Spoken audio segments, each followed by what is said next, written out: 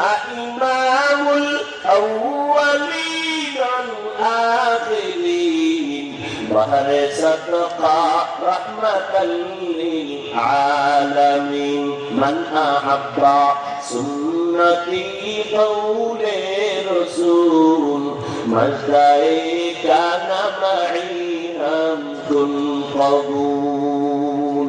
কেমন কপাল পোড়া যেই নবীরে দেখার জন্য জঙ্গলের প্রাণীরা বড় আসে, ওই নবীকে একদিন আর একবার না, একটানা 13 বছর রহমতের নবীকে দেখলো, বয়ান শুনলো, এরপরও ওই কপাল পোড়ার কালেমা নসিব হলো না। এত বড় নিকৃষ্ট বেঈমানের নাম জানেননি? কি নাম? আবু জাহাল। অন্যদিকে 27 বছরের একটা যুবক তরবারি হাতে নিয়ে দৌড়ায় আমার নবীকে জবাই করার জন্য। কয় বছরের যুবক? 27 বছরের যুবক তরবারি নিয়ে দৌড়ায় আমার নবীকে জবাই করার জন্য। হঠাৎ আমার নবীর চেহারা মোবারকের দিকে তাকাইয়া তরবারি ফালায় বলে, ও রহমতের নবী, মাফ করে দেন আর আমাকে কালেমাওয়ালা মুসলমান বানায় দেন। এর নাম কপাল। এর নাম কি?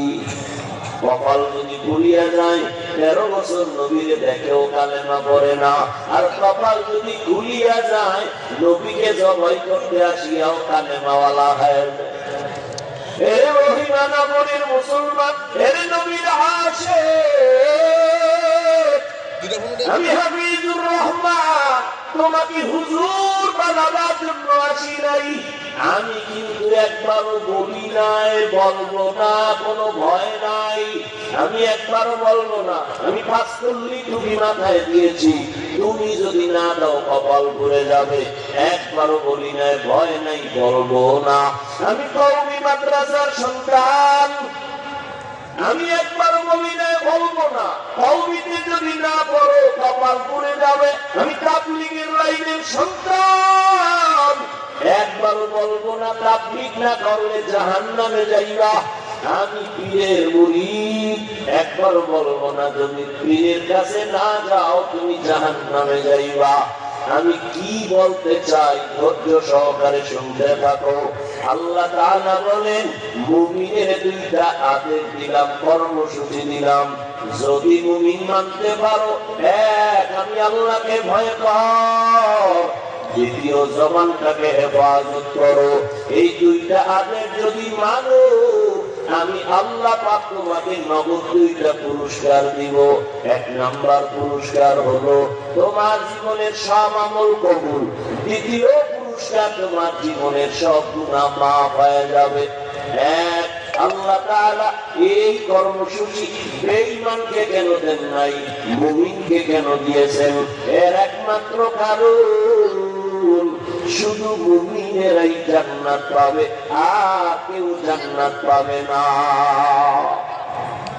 জান্নাত কারা পাবে? একমাত্র মুমিনেরা পাবে। মুমিন তুমি জান্নাত পেতে হবে, দুনিয়াতেই জান্নাত কামাই করো।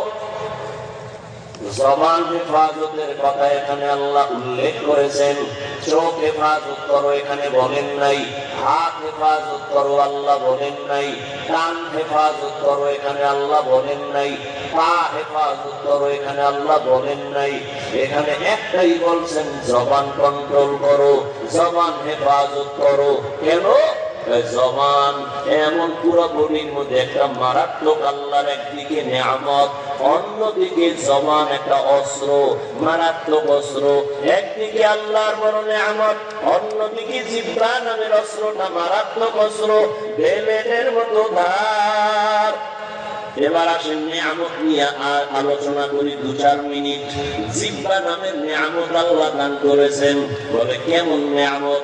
আমি মাউথ সামনে নিয়ে কথা বলি, কথাগুলো মেশিনে টেনে হর্ন দিয়া ইউনিট আমার কথা অনেক দূরে নিয়ে যায়।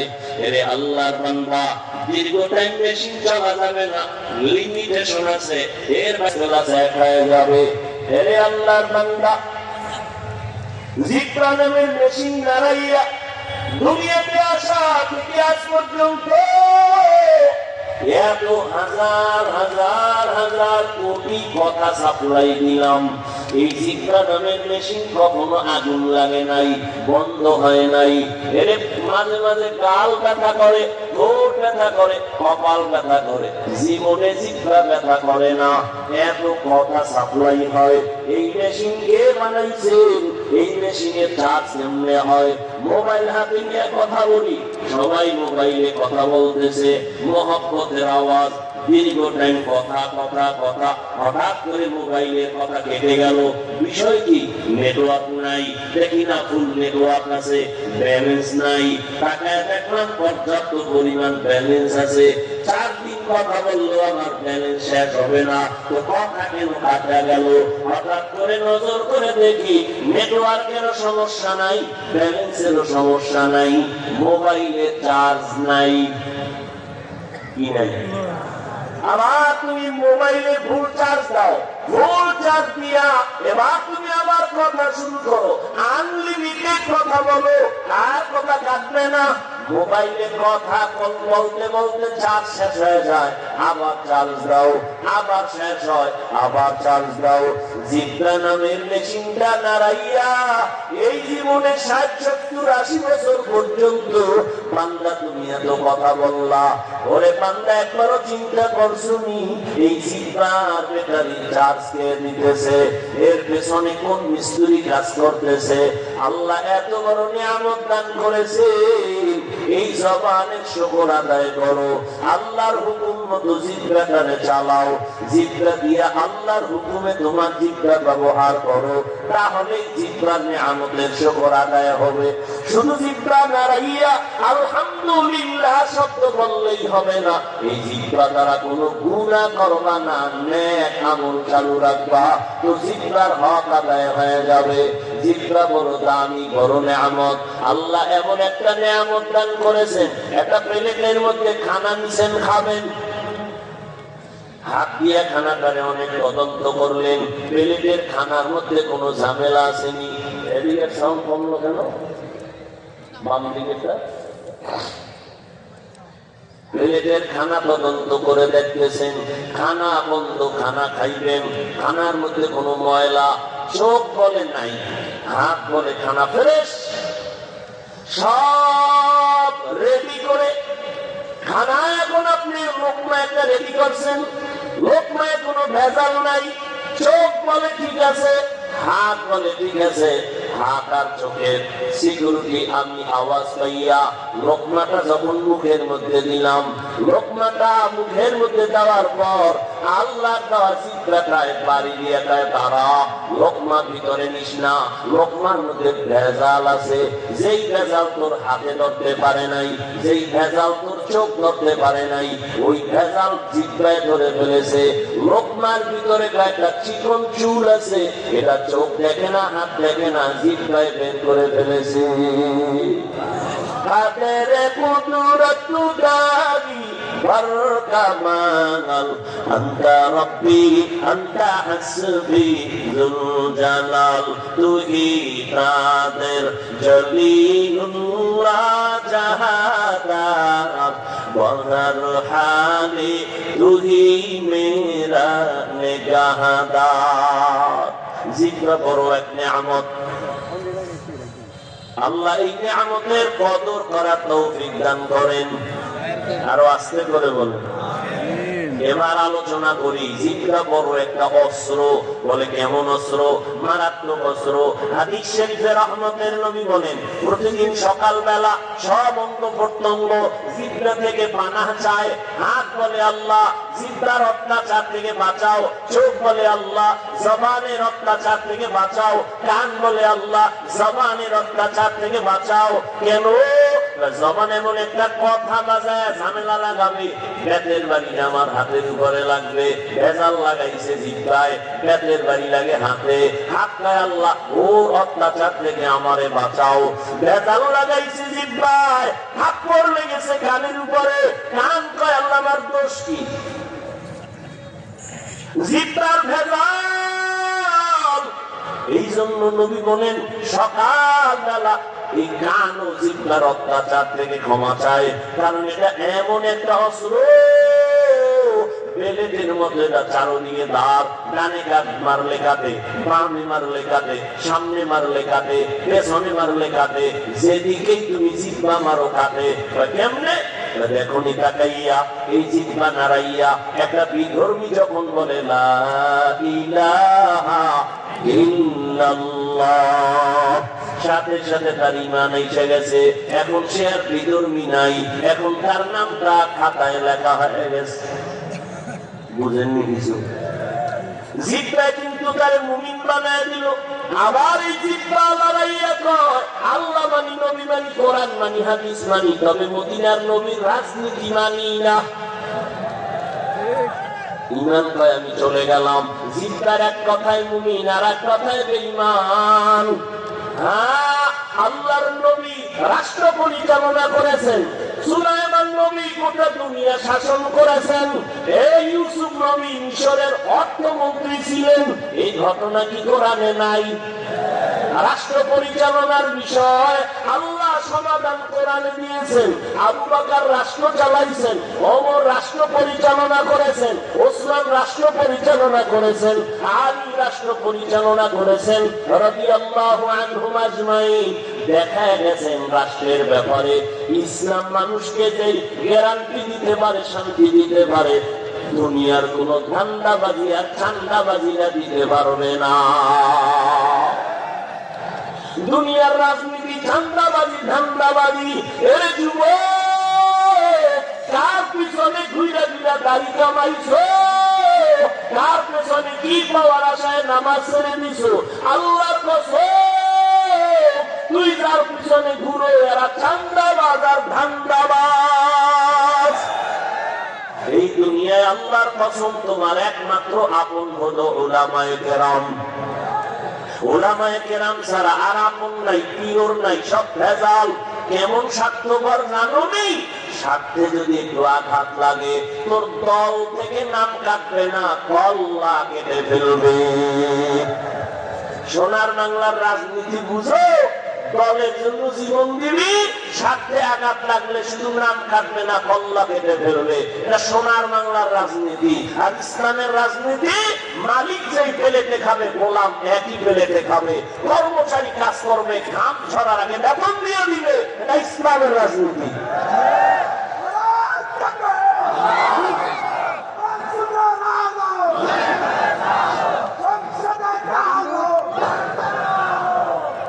তাহলে যদি বলে আমি আল্লাহ মানি, কোরআন মানি, সব মানি, তবে রাষ্ট্রের ব্যাপারে রাজনীতি মানি না, ওই বান্দার ঈমান আর থাকবে না। রাজনীতি করি না এক কথা, মানি না বেঈমান হওয়ার কথা। নামাজ আমি করি না এক কথা, নামাজ আমি মানি না বেঈমান হওয়ার কথা। ব্যবধান আছে না? দাড়ি রাখি না মুমিনের কথা, রাখতে পারে না, ঝামেলা। দাড়ি পছন্দ করি না বেঈমান হওয়ার কথা। শুধু একটা কথা, ভেজাল গুলো লাগায় কে? জবান। এই জিহ্বা নাড়াইয়া রহিমনগর কলেজের গেইটে এক যুবক গানা গানা একটা বলি নেমে কয়, দুইজনের সামনে বলে তুই কবুল কইলে আমি রাজি, তোরে বউ বানামু। মাইয়া বলে আমি কবুল করে ফেললাম। দুইজনের সামনে এরা বউ হয়ে গেছে, বুঝছেনি? আবার এই জিহ্বা নাড়াইয়া যদি কয় আমার বউ তুই তালাক, লাগছেনি ভেজাল? এই ভেজাল গুলো লাগায় কে? জিহ্বা নামের অস্ত্র বড় মারাত্মক। এই জিহ্বা নাড়াইয়া বিচারপতি চেয়ারে বসিয়া ফাঁসির আসামিকে বলে তুমি খালাস, ফুলের মালা গলায় পরিয়া বাড়ি যায় হাসতে হাসতে। আবার এই বিচারপতি জিহ্বা নাড়ায় পান দিকে তাকায় কয়, নিরপরাধের পুলিশ হ্যান্ডকাপ লাগাও। নিরপরাধ লোকটা আসামির কাঠ করায় দাঁড়ায় যায়।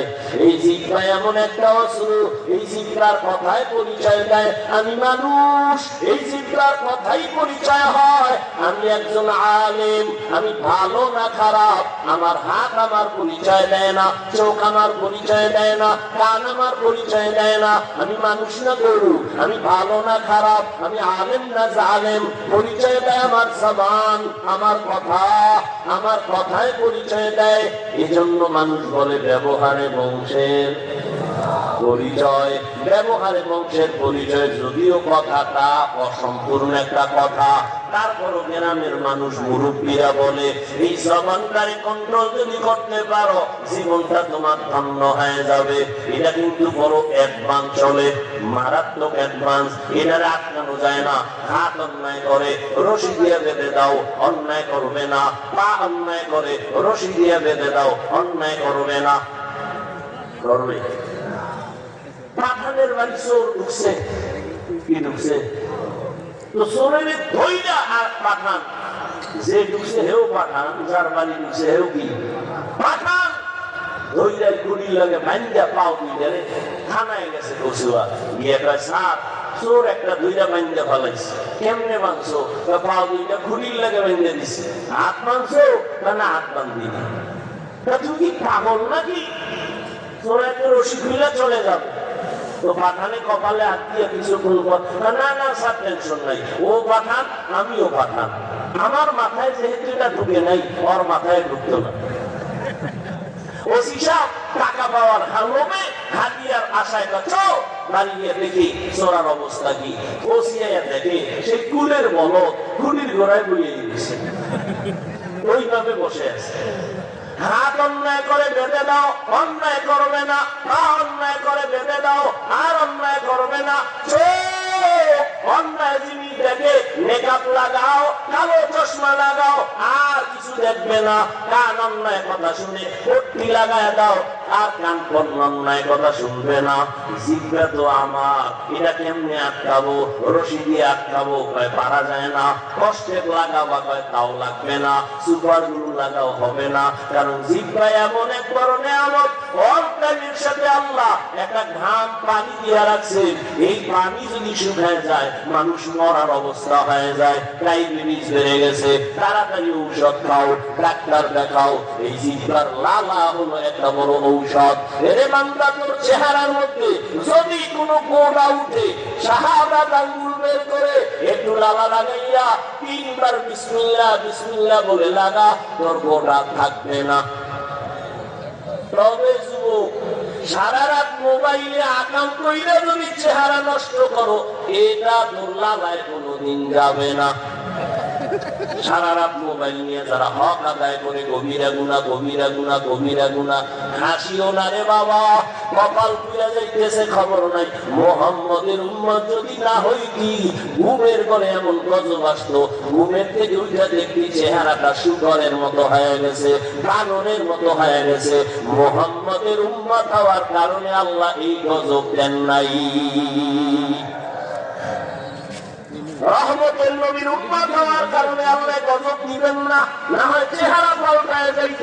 কারণ একটা ঘরের মধ্যে 5টা রুম, এক রুমে মাইয়া, আর এক রুমে ছেলে, আর এক রুমে মা বাবা, সবাই মোবাইলে সারা রাত জেনা জেনা জেনা জেনা, সারা রাত জেনা চলে, চোখের জেনা, কানের জেনা, জবানের জেনা, সারা রাত মোবাইলে কবিরা গুনাহ চলে ঘরের মধ্যে। মুহাম্মদের উম্মত যদি না হইতি, ঘুমের মধ্যেই আঘাত হতো। আল্লাহ নবীর উম্মতের কারণে, নবীর মহব্বতে আল্লাহ পাক এই বিপদ দেন নাই। কারণ নবী তো নবী, কেমন নবী? মূসা নবী আল্লাহর বন্ধু, ঈসা নবী আল্লাহর বন্ধু, ইব্রাহিম নবী আল্লাহর বন্ধু, ঈসা নবী আল্লাহর বন্ধু, দাউদ নবী আল্লাহর বন্ধু, ইউসুফ নবী আল্লাহর বন্ধু, আগে সুলাইমান পয়গম্বর আল্লাহর বন্ধু, নূহ আলাইহিস সালাম আল্লাহর বন্ধু। আপনার আমার নবী, রহমতের নবীও আল্লাহর বন্ধু। ব্যবধানটা কোথায়? সব নবী রাসূল আল্লাহ তাআলার আশিক, আর আমার আল্লাহ হলেন মুহাম্মদের আশিক।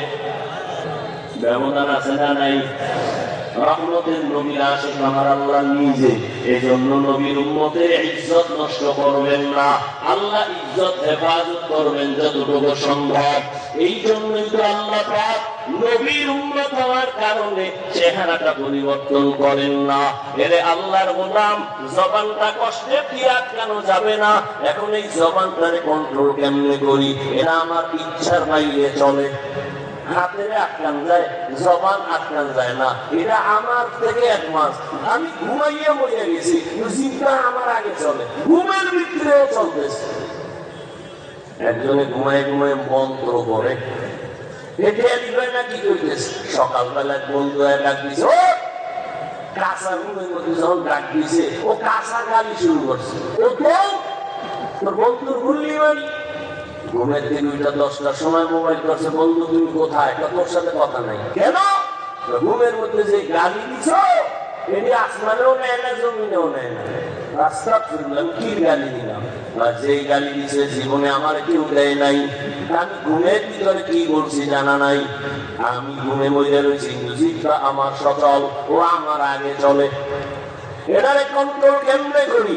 আল্লাহ কইলে গোলাম, জিব্বা নামের মেডিসিনটা, অস্ত্রটা দুনিয়ার কোন মেডিসিন দিয়ে কন্ট্রোল করা যাবে না।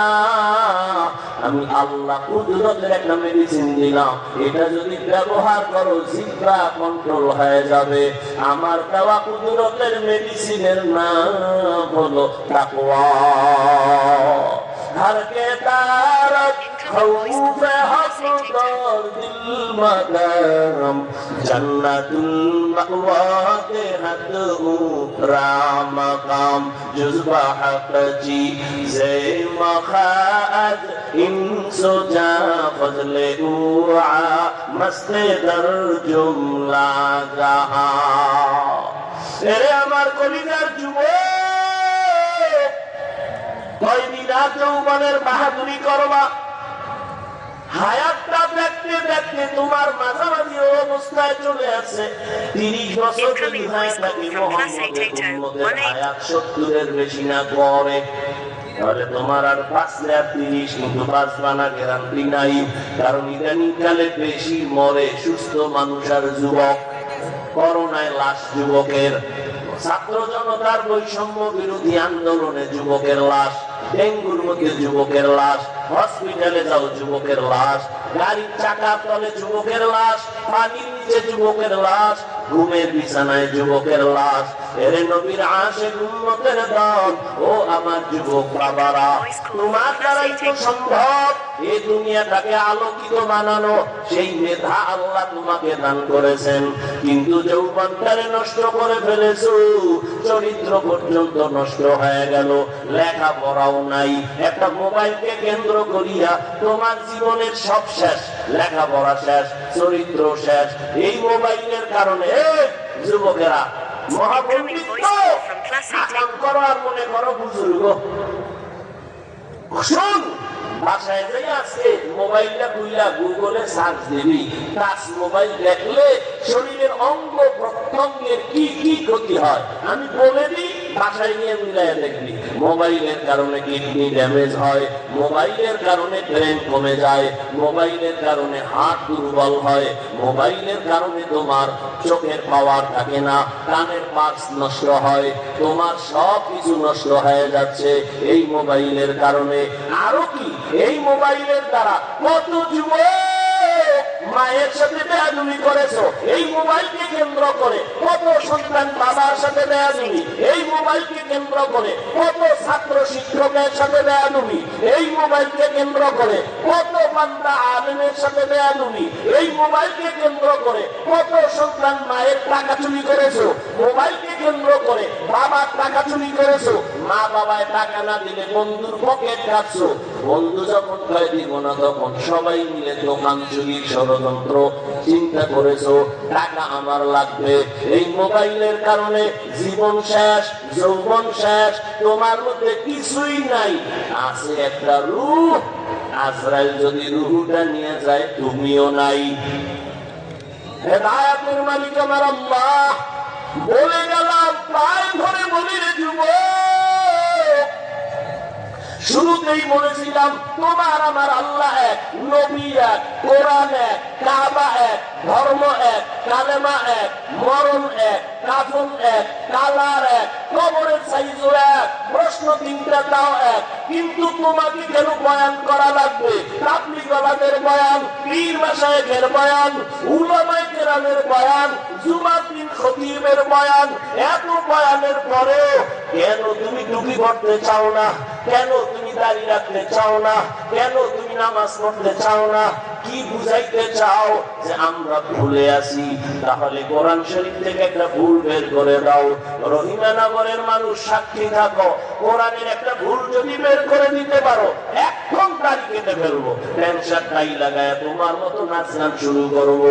আর যদি রহিমানগরের যুবক বাবারা বলো না হাফিজ ভাই, আপনারা উলামায়ে কেরাম সঠিক লাইনে আছেন, আমরা শয়তানের ধোঁকায় পড়িয়া আমরা সঠিক লাইনে নাই, গুনার পথে আছি, আমি তোমাকে গালি দিব না, বরং বিনয়ের সাথে বলবো, ও আমার যুবক, যদি তুমি পা দুটো আগাইয়া দাও, আমি নিচে নেমে তোমার পায়ে ধরে বলবো, দাড়ি কেটে আর নবীরে কষ্ট দিও না রে যুবক, নামাজ বাদ দিয়ে আমার আল্লাহকে বেজার করিস না রে বাবা। আরে মানুষের মনে শখ থাকে, ওই গান দেখলে না জানি কি মজা, মোবাইল চালাইলে না জানি কি মজা, এই মজা নিছো না, এবার একটু তওবা কর। আমরা তো একবার নিতে পারি নাই, বড় এখন থেকেই কন্ট্রোল করে আসছি, ছোটবেলার থেকেই কন্ট্রোলে নিয়ে আসছি। এরপর বারবার ক্ষমা চাই, দোয়া চাই, আল্লাহ চোখের মোবাইলের গুনাহ থেকে বাঁচায়া দাও। আর তুমি তো মোবাইলের গুনাহ করছো, মনে চাইছে পার্কে দৌড়ানি গেছো, আর কত, এবার পায়ে হাত রেখে বলি ফিরিয়ে আসো। ওরে জীবনে তো কম নামাজ ছাড়ো নাই, আরো কি ছাড়বা?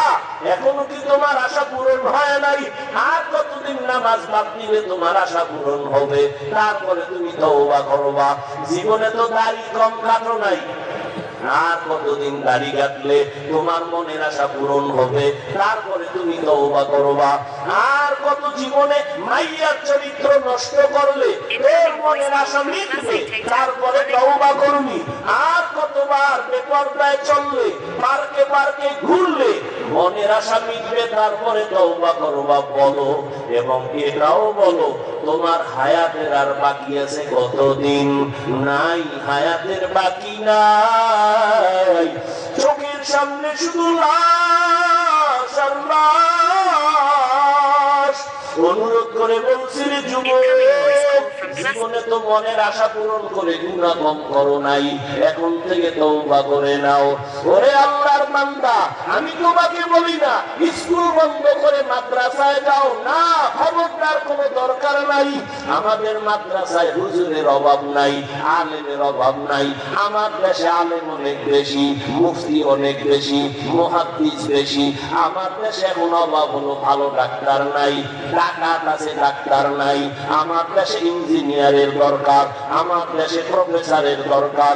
স্কুলে পড়ে, কলেজে পড়ে ডাক্তার হও, ইঞ্জিনিয়ার হও, প্রফেসর হও, ব্যবসায়ী হও, চাকরিজীবী হও। তবে আমার দাবি, বেয়াদব হইও না।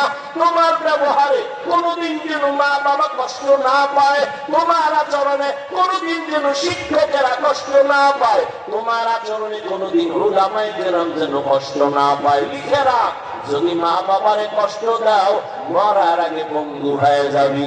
শিক্ষকের থেকে যদি কষ্ট দিয়ে বদদুয়া নাও, লেখাপড়ার জগৎ থেকে হারিয়ে যাবি।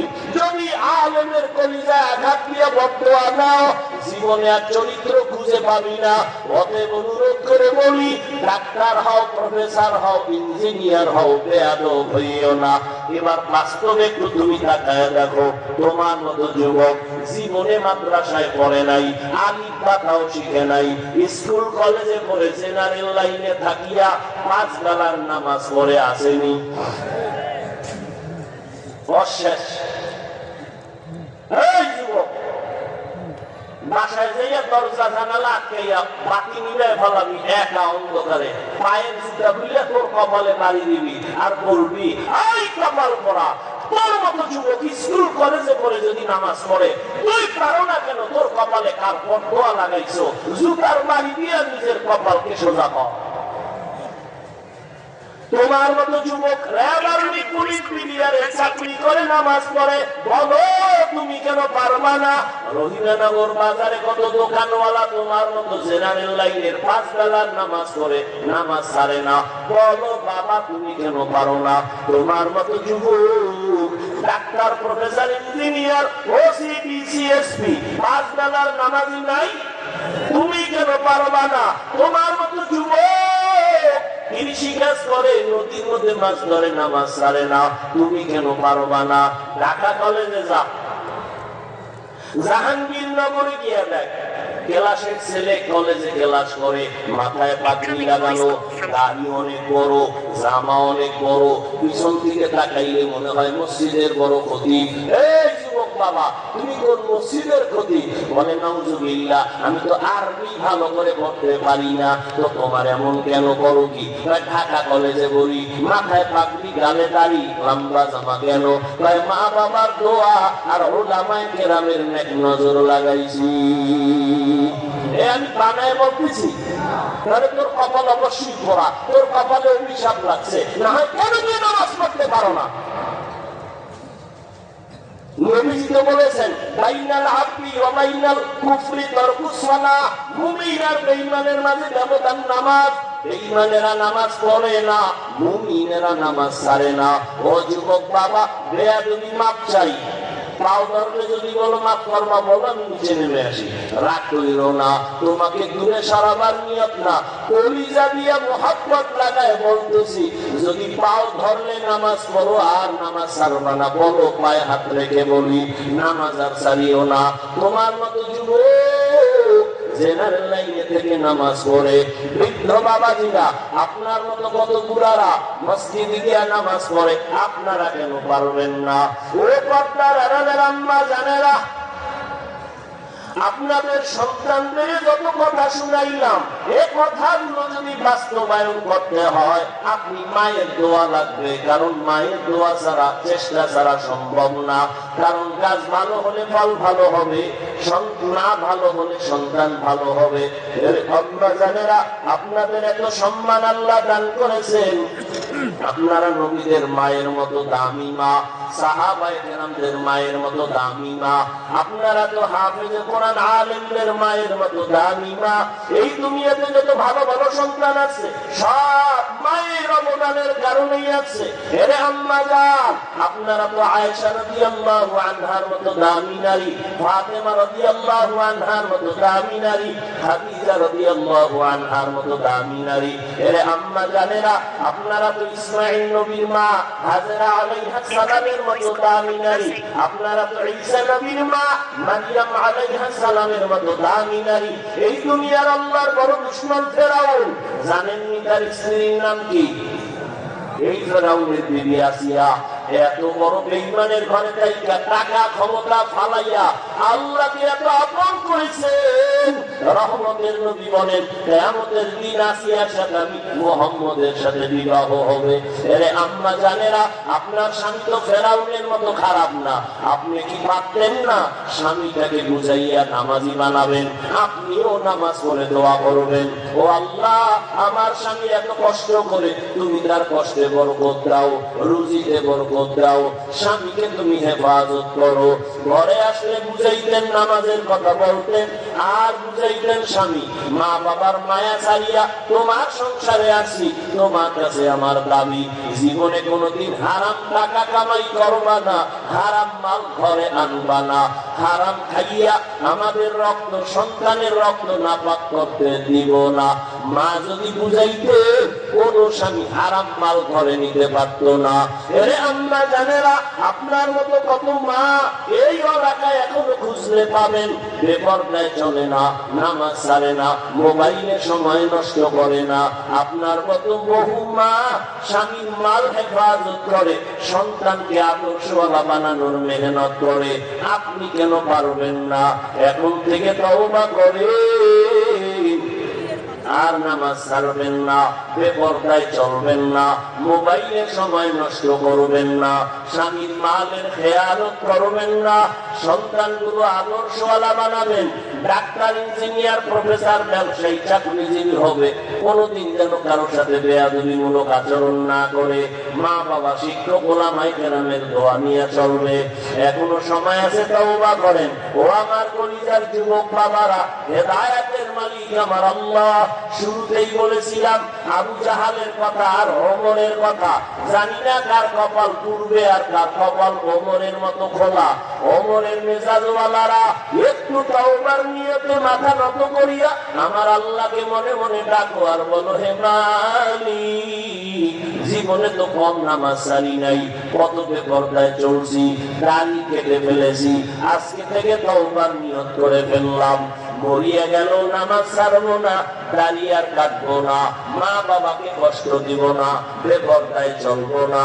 শিক্ষকের দোয়া নিয়া, উলামায়ে কেরামের পরামর্শ নিয়া নবীজির তরিকা মেনে জীবন চালাবো। তওবা করার মতো যদি নিয়ত হয়, মুনাফিকি যদি অন্তরে না থাকে, খাঁটি তওবার নিয়তে দুটো হাত আমার আল্লাহকে দেখাইয়া দাও।